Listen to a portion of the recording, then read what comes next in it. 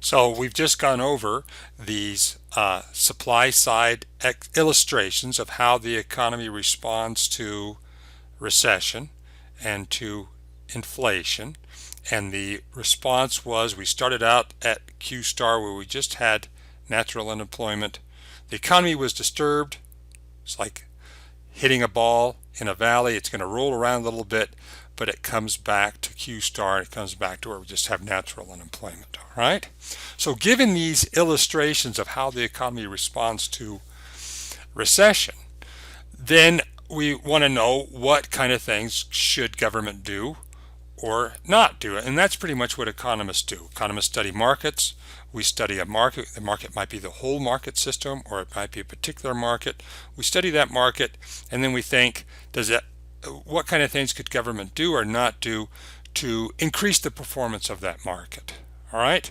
So applying that thinking here to these examples they went through of supply side illustrations of recession or inflation, what's the implication?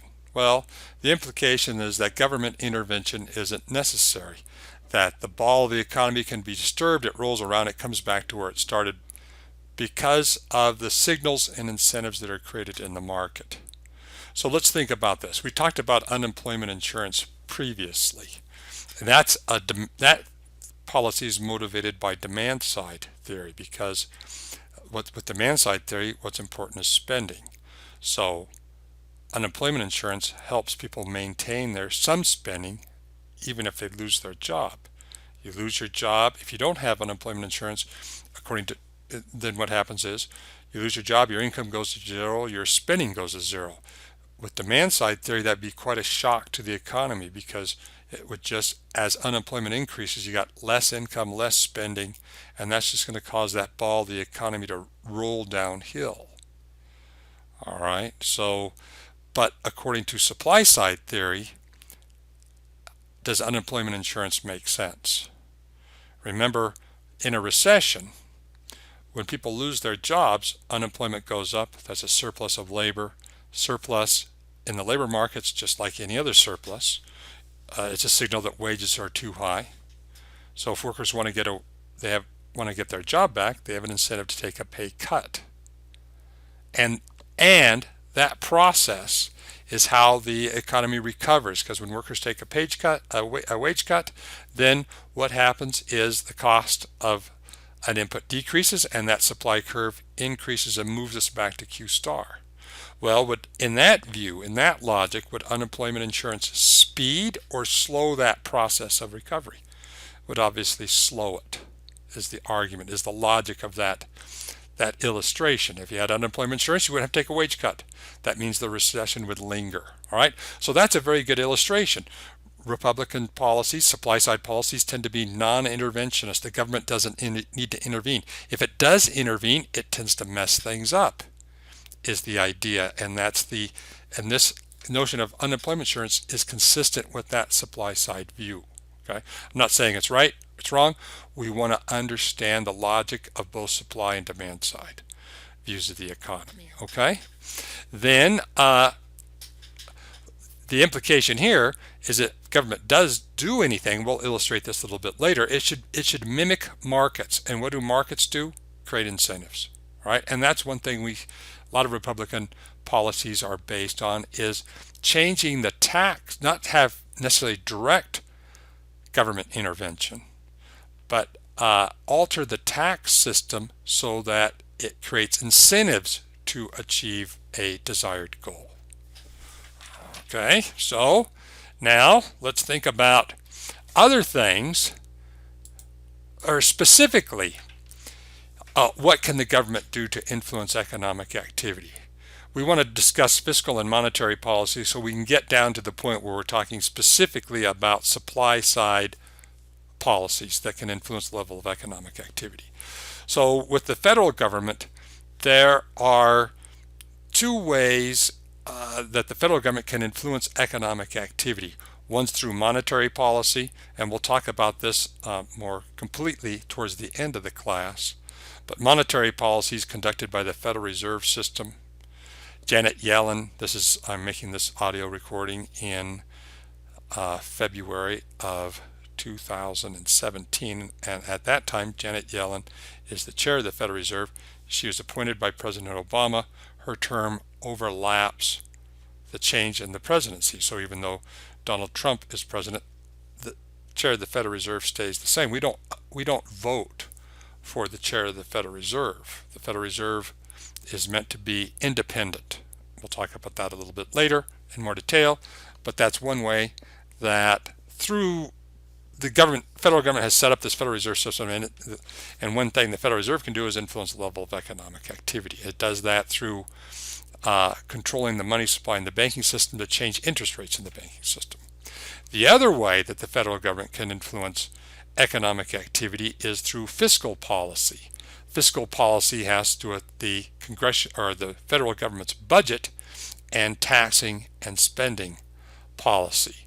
So how the congressional budget process works is typically every fall the president will propose their budget for the next fiscal year, and then Congress will propose their budget, and then the two parties have to agree. If they don't agree, that's when we hear about threatened government shutdowns because they can't agree. But when they do agree, then that budget is agreed upon, and that budget contains spending for all the departments of the federal government: Department of Health and Human Services, Department of Defense, Department of Education, of Veterans Affairs, Department of Transportation. All of the budgets for all those departments are sorted out. Any tax changes that are introduced in that year are going to be included. And then what that budget also includes is not only spending, but given the level of economic activity, what expected tax revenue is going to be. All right, so I've got some information here for, this is the approved federal budget for 2016, and this is derived from the Congressional Budget Office. Now, as this indicates, the Congressional Budget Office is nonpartisan. It works with Congress to sort out the implications of their budget. When the president is working out his or her budget, the Office of Management and Budget works with the president to figure out all the implications of that. So this is the analysis based on the final budget, and this kind of gives us an idea of what's included in the budget and what the scope of it is. So in 2016, this is the agreed upon budget. The federal government planned on spending, was approved to spend $3.9 trillion. Now in 2016 at GP slightly over $18 trillion, so that gives you an idea what government spending is relative to the overall economic activity. And the budget, when you read about this in the newspaper, it's divided between mandatory spending and discretionary spending. And what's included in mandatory spending is basically spending by the Department of Health and Human Services on Social Security, Medicare, and Medicaid. All right, and Social Security is the largest single component of the federal budget, with spending of approximately $910 billion in 2016, followed by Medicare at $588 billion, and then defense is $584 billion. Okay, so those are generally the top three spending categories in the federal government. All right, this is mandatory spending, and then discretionary spending is Department of Defense, and then all these other non-defense departments like Department of Transportation, Department of Education, Veterans Affairs, Health, all these other departments are included in that. All right, so the government in that year had an approved budget of $3.9 trillion. Now that's going to be financed by tax revenue. When the budget is being made, the federal government can determine with certainty how much they're going to spend. That has to be financed with tax revenue over the next fiscal year, but there's no knowing exactly what that tax revenue is going to be. That's where the congressional budget comes in. Congressional Budget Office comes in, because they given the state of the economy and current tax structure or any changes in taxes, they can kind of give a rough estimate, maybe more than a rough estimate, of what they anticipate tax revenue to be. All right, so the tax revenues were estimated in that year to be $3.3 trillion. Most, we can see from the chart here is that most of tax revenue comes from personal individual income tax, about $1.5 trillion. All right. Then there are other payroll taxes that have to do with social insurance that mostly cover the expense of Social Security and then some portions of Medicare. And then corporations pay about, the estimate here is $300 billion, and then there's some other taxes here. Now what we notice here is this is what government spending is, and then this is what expected tax revenue is. So the government planned on spending $3.9 trillion with $3.3 trillion in revenue. That means the budget's not balanced. The budget's in a deficit for that year. Government's going to spend more than what they expect to receive in tax revenue, so that means to finance this spending they have to borrow money.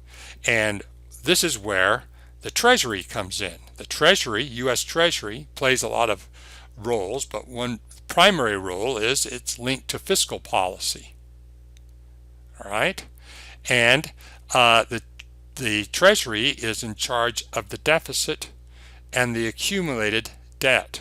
So in this budgetary process, what happens is if there's going to be an anticipated shortfall in the budget, about $600 billion, then the Treasury is going to conduct auctions.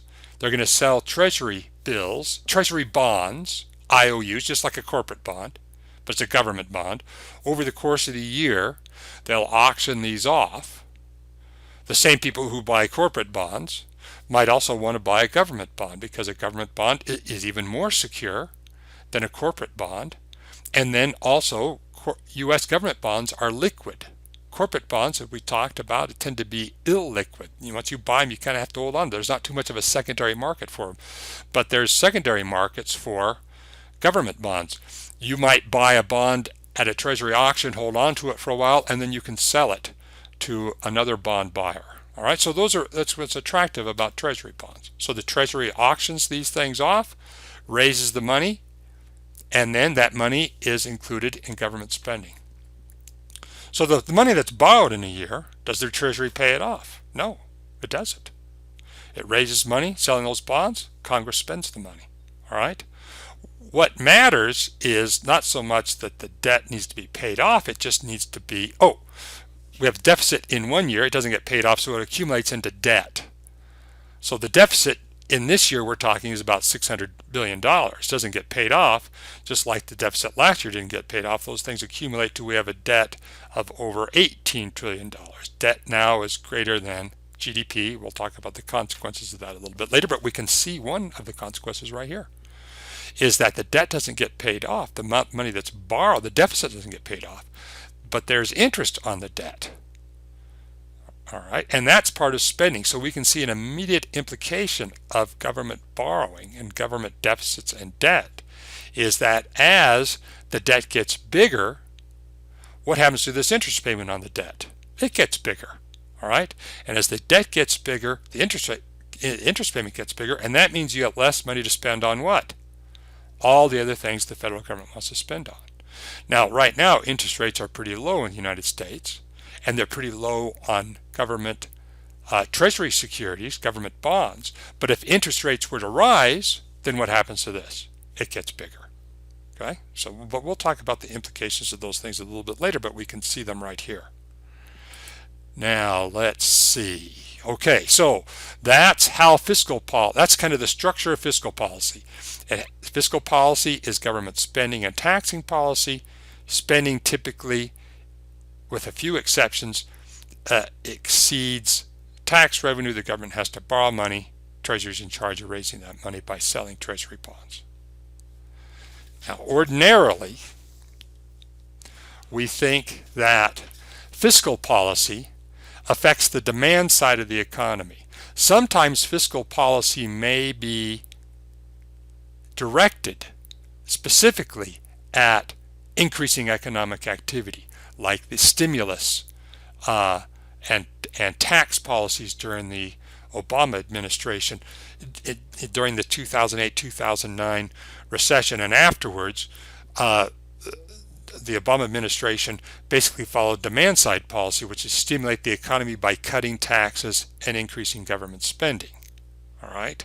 But anytime, even if the federal government plans on spending more or taxing less for whatever reasons they want to do, it's still going to have some effect on the level of economic activity. All right.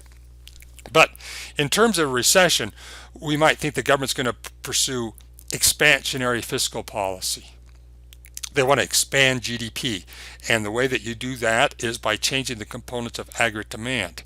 So in a recession, let's take a look at slide number 4 here. Sorry about that. Okay, we're in recession. This shouldn't be at Q star. We're at some low level of Q, and we want to increase economic activity by cutting taxes and increasing government spending. Obviously, if government spending goes up, G is going to increase, and if taxes go down on the main parties that pay them, on households or on corporations, when taxes go down, we think that consumers would have more money to spend and companies would have more money to spend on their investment. So expansionary fiscal policy changes taxes and spending to get these 3 components of aggregate demand to increase. So if aggregate demand increases, you go ahead and draw this because I didn't, but aggregate demand would increase out to here, and then what would happen to economic activity? It would expand beyond that point. Okay? Or we might think of how to balance the budget. That would also affect the components of GDP, and it would also affect the level of aggregate demand. So let's look at slide number 5 here. We have contractionary fiscal policy, or an austere budget that is going to balance the budget. Well, to balance the budget, there are some things that are unique and different from government borrowing than personal borrowing, but the basics are kind of the same. If you're in debt and you want to reduce your indebtedness, you got to spend less and you got to earn more income, right? Well, that same thing's true of the federal government. If they want to reduce the budget deficit, balance that budget, that means the government has to spend less, and then they have to increase taxes, one or the other, or some combination of the both of those, all right, to help reduce spending and increase tax revenue. So if government reduces spending, then G goes down, and if government raises taxes, then that means households and companies are going to have less money to spend. All right, so we might think contractionary fiscal policy or trying to balance the budget would tend to reduce economic activity, because when these things decrease, we're going to move from Q1 over here to Q2. So when do you want to try to balance a budget? When the economy is doing well, or when it's doing poorly? When it's growing, and it's been growing for a while, or when it's in recession? Obviously you wouldn't want to do this sort of thing, raise taxes and reduce government spending when the economy is in recession, because it would tend to make that recession worse. All right, so that's typically how we think fiscal policy is going to work. It's going to affect the components of aggregate demand through consumption spending and investment spending and government spending. Supply-siders, on the other hand, argue that there are some taxes that you can cut that or change that are going to affect the level of aggregate supply. And the supply-side linkage basically follows these steps. Is that supply-siders say, well, you should lower some taxes. There are some taxes that if you change them, it's not going to result in more spending, it's going to result in more savings. So whose taxes would you, first of all, let's think about this at a very simple level, whose taxes would you want to cut? Lower income, middle income, or higher income taxes? Well, if you cut lower income or middle income, there's probably a pretty good chance that they're going to spend that money. And that's generally what demand side policy suggests, or Democrats would suggest. In a recession, you want to cut taxes so there's more spending. But supply-siders are saying here, we want to cut taxes that are going to result in more savings. So you want to cut taxes that higher income individuals pay, because it's more likely if you cut their taxes, they're going to save it. And when they save that money, they're going to invest it, and make a financial investment. They might buy more stocks and bonds. All right? So if they buy more stocks and bonds, say our backpack producer in our classroom, if taxes are cut for high income individuals and they're saving it, those people are going to want to make a financial investment. They might want to buy more stocks and bonds. All right. In general, what this would do is it would help create healthy financial markets, because if those taxes are low, people are going to be investing a lot. Stock prices in general are going to be higher, and bond prices are going to be higher. Interest rates are going to be a little bit lower. So that's what we described as healthy financial markets. All right. So then if a company like our backpack producer wants to engage in capital formation, there's lots of savings out there for them to get a hold of to finance their capital formation, and under favorable conditions, because the stock prices are high. They can get a lot of savings for just a small amount of selling stock, and with a lot of funds available in bond markets, interest rates are going to be low. They can borrow money at a relatively low rate. So you cut taxes for higher income individuals, there's more savings, and there's more investment. This is capital I, more capital formation, because with these steps here, you've created favorable conditions for companies to get a hold of savings to finance their capital formation. As companies get larger, they're able to produce more and employ more workers. All right, so those are generally the steps that, ever since President Reagan and both of the Bush presidents followed supply side tax policy. And even in the 2012 presidential election, when Mitt Romney was running for president, he embraced these.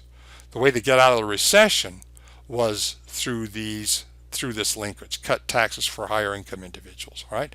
Now, President Trump uses both demand and supply side policies, and we'll talk about specifics of his approach after we understand the basics here. Okay, so here's the idea. This is supply side policy. This is generally policy that's recommended by Republicans.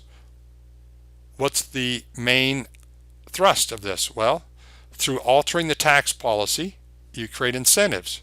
You lower taxes, so there's more savings. Wealthy individuals, what's their incentive? Wealthy people, one thing they like to do is get wealthier. They have an incentive to get wealthier. They got these savings. How are they going to get wealthier? They got savings. They're not going to buy a car. They're going to want to buy a stock. When they buy a stock, there's more funds available for capital formation. That helps the economy. Why does the company want to engage in capital formation? There's plenty of savings available. Yeah, this is a good time to sell stock or buy bonds because interest rates are low, stock prices are high. Sure, I want to do that because I want greater profits. I want my company to get bigger, so I'll go ahead and engage in that. All right. So this whole system kind of relies on the idea that government alters the tax system to create incentives so we get the desired outcome: more economic activity and more employment. So let's take a look at specific examples of what supply-siders say what taxes should be cut to increase economic activity. So capital gains tax, going way back to President Reagan. We've had Republican presidents argue that the way you increase economic activity is reducing capital gains. Now, what the heck is a capital gains tax? A capital gain is when you make a profit on an asset that you've held for a while. You can buy a stock at $20, let's say, a share. You hold on to it for a while, maybe a year or so, maybe more. I don't know how long it takes, but it goes up to $30 a share. You bought it at 20, and then it goes up to 30, you sell it. So the profit on that was $10. That was your capital gain. Okay, and the capital gains tax over time has come down. And before President Reagan took office, it was around 28%, then it got lowered down to 20, and then the maximum rate now in 2017, at February of 2017, is about 15%. So that capital gains tax has come down.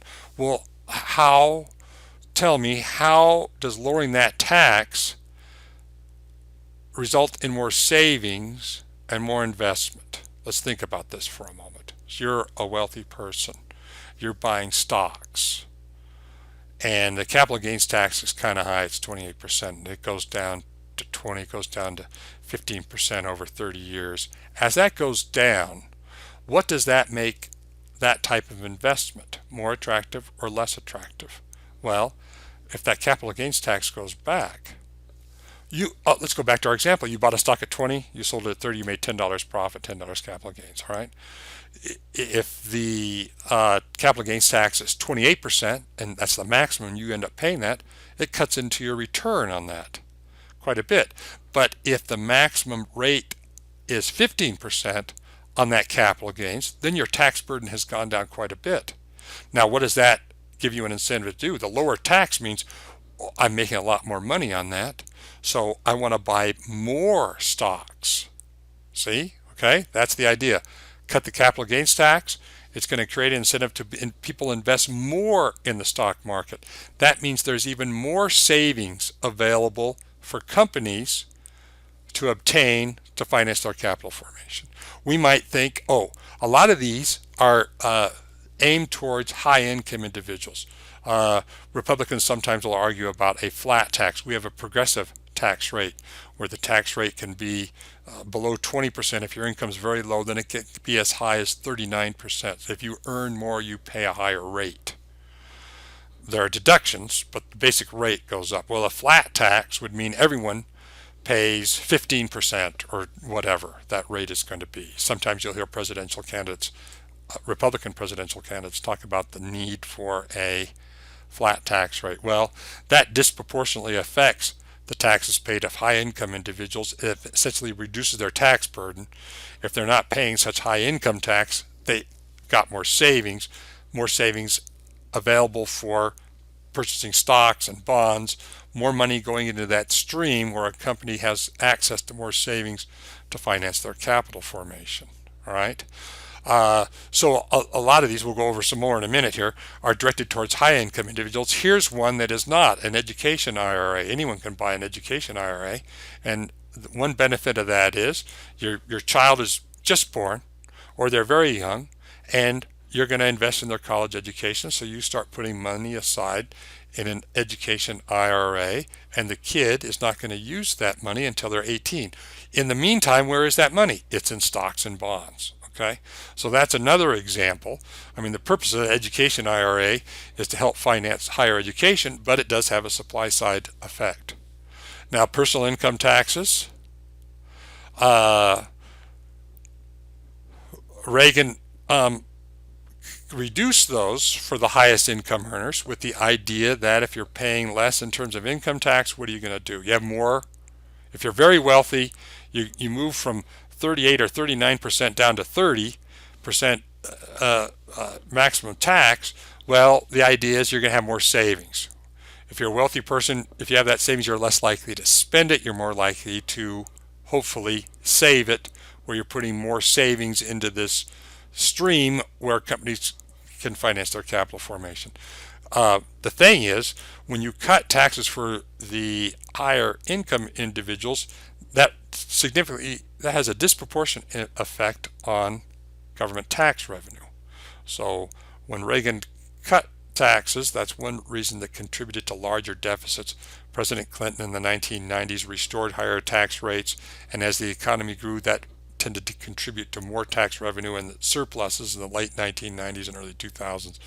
And then Bush cut those tax rates again, and that, along with other things, contributed deficits. Now, the issue here is that when you cut taxes for higher income individuals, you're cutting taxes for the groups that pays most income tax. Here's some information from the IRS, and it shows aggregate gross income and the share of taxes for different top income earners. All right, so if we look at of the taxpayers who are in the top 1% as far as being the highest earners, they earn about 19% of adjusted gross income.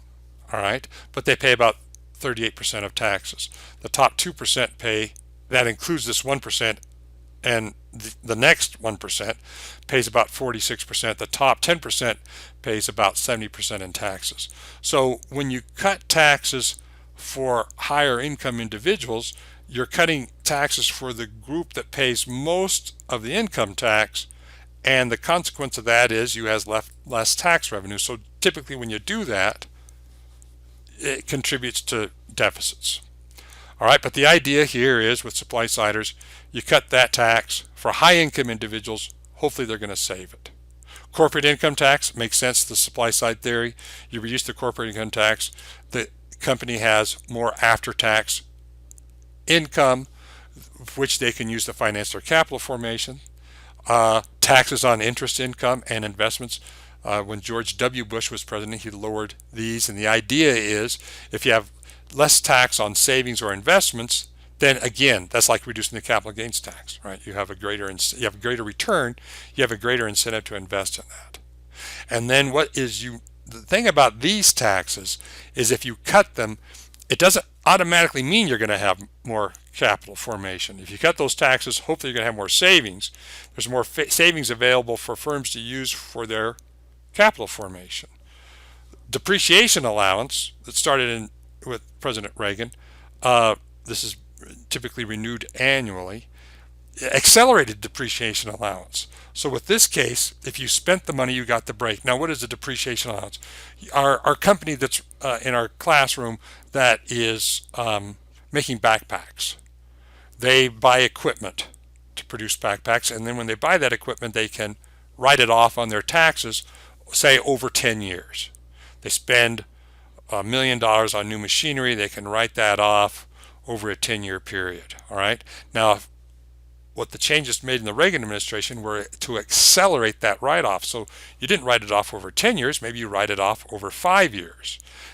What does that mean? It gives you a bigger tax reduction every year, and then after 5 years, you're used to having that nice tax write-off. After you've written it off, you don't get that tax write-off anymore. So what are you going to want to do? Gosh, I like that tax write-off. What do I got to do to get that tax write-off again? This whole thing creates an incentive to buy new machinery. Okay. Well, when you buy new machinery, you're modernizing your facility. You're making it bigger and better and more productive. That's going to increase economic activity by increasing the ability to produce. And then sometimes you'll have Republicans talk about a consumption tax. Well, clearly, I mean, if you tax consumption, that means what do you want to do? Do you want to spend money or do you want to save it? So that consumption tax is another way of creating an incentive to save. So the idea here is the linkage is that with supply side theory, you lower taxes for high income individuals. Those are those taxes we just went through, various examples. More savings are available for firms to gain access to finance their capital formation, and that means they're able to produce more. When they produce more, there's going to be greater employment. Now, this linkage has been criticized various times, usually by Democrats who are running for president, as trickle-down theory or trickle-down economics. And we'll explain why that's the case, because in macroeconomics, we'll see this again a little later on in the class when we talk about monetary policy. But anytime there is a complex linkage, you do this over here with the hope you're going to lower taxes with the hope of putting more people to work, and you have these intervening steps. The more steps you have in a process, there's more likely that, or it can be likely that you can do this, you don't get this desired outcome. The purpose of lower taxes is you're going to put some people to work. You cut taxes for wealthy individuals and it's going to put some unemployed person to work, very indirectly through these steps. Well, if these steps don't take place, the people at the top of the income distribution got the break, but maybe it doesn't trickle down to the people at the bottom. All right. So if any of these steps break, then you don't get the intended outcome. Well, there are several places this can break, and let's take a look at slide number 6. Okay, here's our linkage. You cut taxes. The idea is you cut taxes to high-income individuals who are more likely to save. You got more savings. There's more savings available for companies to finance their capital formation, investment with a capital I, not a financial investment, and you get more GDP. Well, how can this go wrong? Well, the first place it can go wrong is if the tax break is spent and not saved. So let's say you voted for President Reagan way back. Not you, you're too young to do this, even remember this. You voted for Reagan's introducing the supply side economics as a way of curing stagflation, which is the problem immediately before his presidency. And he's got this solution, and he's going to cut your taxes. You're a high income earning American, you got a tax break, and you got that tax refund, and you're thinking, gosh, I'm going to do what President Reagan wants me to do. I'm going to walk down to my investor, my stockbroker, and I'm going to slap this on my stockbroker's desk, and I'm going to tell her, go ahead and buy some stocks and some bonds with that, because that's what I should do. You're walking down to your broker's office, and you pass the Jaguar dealership on the way, and you've got a black Jaguar and a silver Jaguar, but gosh, they've got a beautiful looking red Jaguar there, and you go in, and instead of taking your money to your broker and investing it, you buy the Jaguar. So you didn't spend the money on stocks. You didn't save it and invest in stocks. You spent it on a Jaguar that's not made in the United States, so that money's just going to leak out of you spend it on demand for a product that's not produced in the United States, and that money just leaks out of the economy. So it doesn't stimulate it according to that supply side stream. If you spend the money instead of save it, money leaks out of that stream. Okay? But let's say you resist that urge and you don't buy that Jaguar. If that doesn't happen, if you go down and you meet with your broker and you start talking about you're talking with your investment broker about where to invest the money, you think, I want to buy stocks and bonds. And she says, well, there is a real good opportunity to buy some real estate in this area instead, where I think its potential for growth there is real high, and I think you're going to get like a 15% rate of return on that, whereas stocks or bonds, maybe you get 10 or 5%. So this real estate thing really looks good. And as a financial investor, where are you going to want to put your money? Which offers the greatest return? Right? So if return on real estate is higher than stocks and bonds, it's going to divert money out of this stream because you're going to speculate on land. And we could think of that as an unproductive investment because it's not something that leads to capital formation. Okay? So these are just opportunities where money can leak out of that stream. It's supposed to go tax cut to where it increases GDP and employment, but if it leaks out here and here, then we're not achieving that. We're taking resources away from that. We're not achieving that desired end, at least in the way that we hoped that we would. So let's say, okay, look, you don't buy the Jaguar. You decide you're going to buy stocks and bonds. You buy stocks and bonds in a company. They use that money to finance that capital formation, but they do that in building a production facility outside of the United States, in Mexico or China or some other place. Oh my, what's happened then? Well, that capital formation's going to increase GDP and employment, but in another country, the idea is you cut those taxes, it's supposed to increase GDP and employment in the United States. Okay? So that's just, it's an illustration in economics anytime, particularly in macroeconomics with fiscal policy, anytime the linkages are complex, there's chances it can go wrong, where you want to cut taxes to stimulate the economy, and maybe it doesn't work out the way that you intended it to. Okay. So, and we mentioned that Democrats who tend to argue against this call it trickle-down economics. Say who benefits immediately are the wealthy who get the tax break, and maybe a very little of it trickles down to the unemployed who are supposed to get work. And then the other problem is when you cut taxes for the wealthy, as we demonstrated with the income tax information, is you're cutting taxes for those who pay most of it. Most income taxes, you cut that tax, they have less tax revenue at the federal level, and you have larger budgets. So in review here, supply side theory, you understand how it's supposed to work. Basic idea, Faith in markets. Markets create signals and incentives. All right, the economy adjusts on its own. It's like a ball in a valley.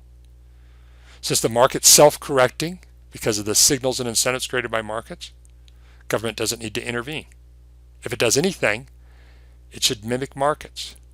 It should alter taxes to create incentives to reach the desired growth or desired end, which is economic growth. Okay?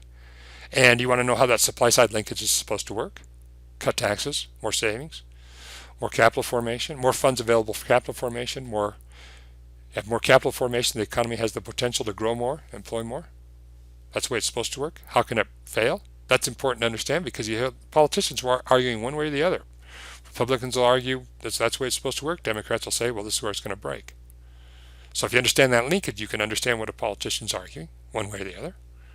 And the idea here is that you grow through increasing the ability of the economy to produce more. And you grow by making production easier.